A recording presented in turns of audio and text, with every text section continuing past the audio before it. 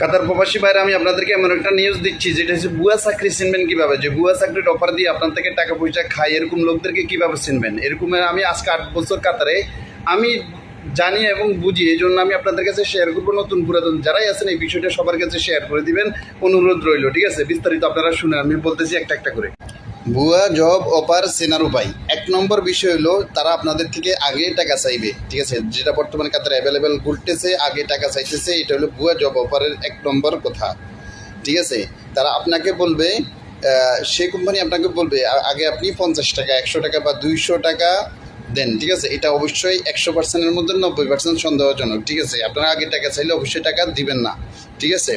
সত্যিকারে বলতে কোনো বড় কোম্পানি সাধারণত সরাসরি রিক্রুটমেন্ট, মানে যাদের কাজের লোকের প্রয়োজন, লাইসেন্সারি এজেন্সি কখনো আপনাদের থেকে কখনো টাকা পয়সা চাবে না, যেগুলো বড় কোম্পানি, ঠিক আছে? 2 নম্বর হইল কোম্পানির নাম ব্যবহার করে কিন্তু অফিস নাই। দেখতেছেন না বর্তমানে কাদের অনেক কোম্পানির লোক নিতেছে, কিন্তু কোম্পানির অফিস কোথায় কোথায় কি কোনো কিছু নাম ঠিকানা নাই, শুধু লোক একটা আসি নিতেছে। এটা মনে রাখবেন, এটা হচ্ছে প্রতারক। এগুলো থেকে অবশ্যই দূরে থাকবেন, ঠিক আছে? অনেক বড় প্রজেক্টের নাম ব্যবহার করে, যেমন মেট্রো প্রজেক্ট, রেলওয়ে, সরকারি কাজ।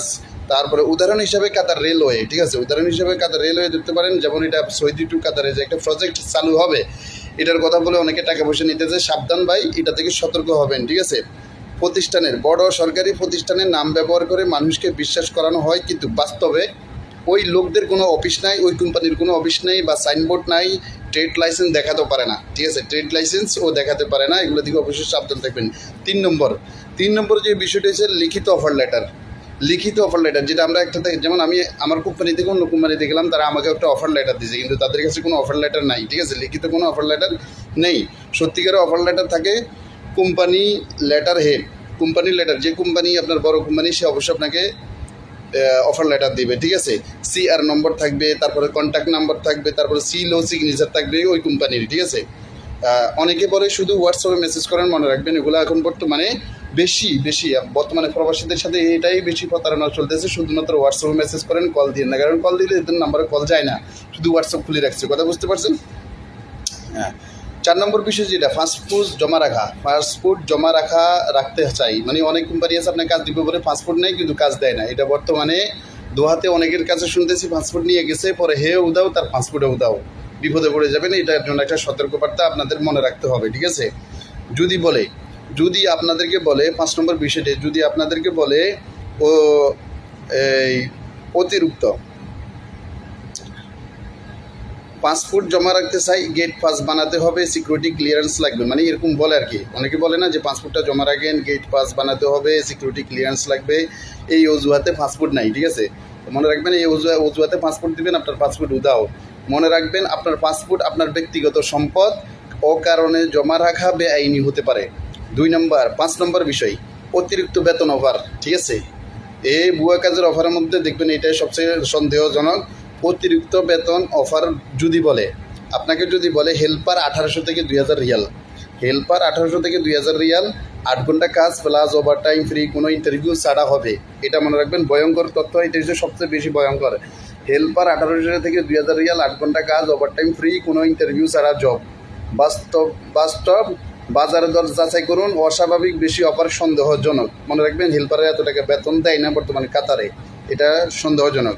6 নম্বর যে বিষয়টা, দ্রুত সিদ্ধান্ত নিতে চাপ দেয়। অনেক কোম্পানি আছে, ভাই জলদি করেন, লোক নিয়ে ফেলতেছি, এ করতেছি, সে করতেছি। এটা হচ্ছে, এগুলো হচ্ছে প্রতারক, সন্দেহভাজন। এগুলো লোক পাইলে এগুলোর জুতাখুলি মারতে পারেন বা বাঁধি রাখতে পারেন, কারণ সন্দেহভাজন লোকদেরকে জিজ্ঞাসা করা আপনার অবশ্যই ব্যক্তিগতভাবে প্রয়োজন, না তো আপনি কাজে যাবেন না, ঠিক আছে?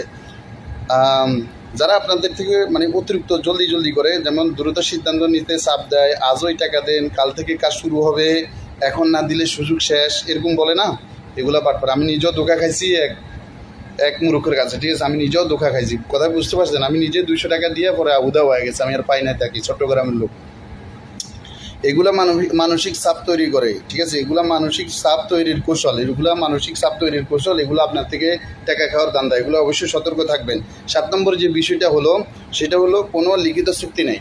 মানে আপনি বর্তমানে যে কাজ দিচ্ছে, কোনো লিখিতভাবে চুক্তি নেই, কথা সব মুখে, কোনো রসিদ নেই, কোনো স্টাম্প নেই, ঠিক আছে? আপনারা যে যারা ভুল করেন যে ডাইরেক্ট টাকা পয়সা দিয়ে আসেন, কোনো পেপার নেন না, কোনো স্টাম্পে ইয়ে নাই, তাদের কোম্পানির নাম নাই, তাদের কোম্পানির স্টাফ নাই, খবরদার এগুলো করবেন না। এগুলো একটা আপনার জন্য সন্দেহজনক, এগুলো সতর্কমূলক আপনাদেরকে আমি বারবার বলতেছি, ঠিক আছে?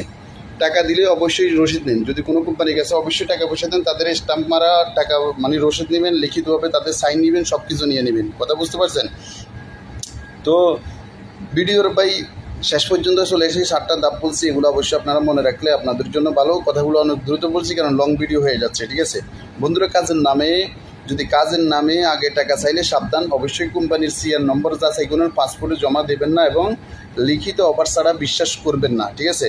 নিজে সুরক্ষিত রাখার উপর নিজেকে সুরক্ষিত রাখবেন কিভাবে বলি।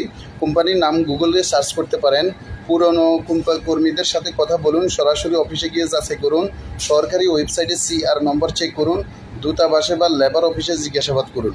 শেষ কথা হলো এটাই, প্রতারকরা সাধারণত বড় প্রজেক্টের নাম নেয়, কম টাকায় দ্রুত জব দেয়, আগে টাকা নেয়। এগুলো অবশ্যই মাথায় রাখবেন, ঠিক আছে? আপনি চাইলে ঠিক আছে, এগুলো অবশ্যই আপনি শেয়ার করবেন। আর আপনি অবশ্যই আমার এই ভিডিওটা অবশ্যই শেয়ার করে দেবেন, সবার কাছে শেয়ার করে দেবেন, যেন নতুন পুরাতন সবাই এই বিষয়টা জানতে পারে। একটু ধৈর্য সহকারে শুনলে সবার উপকার হবে, ঠিক আছে? আসসালামু আলাইকুম রহমতুল্লাহি ওয়া বারাকাতুহু।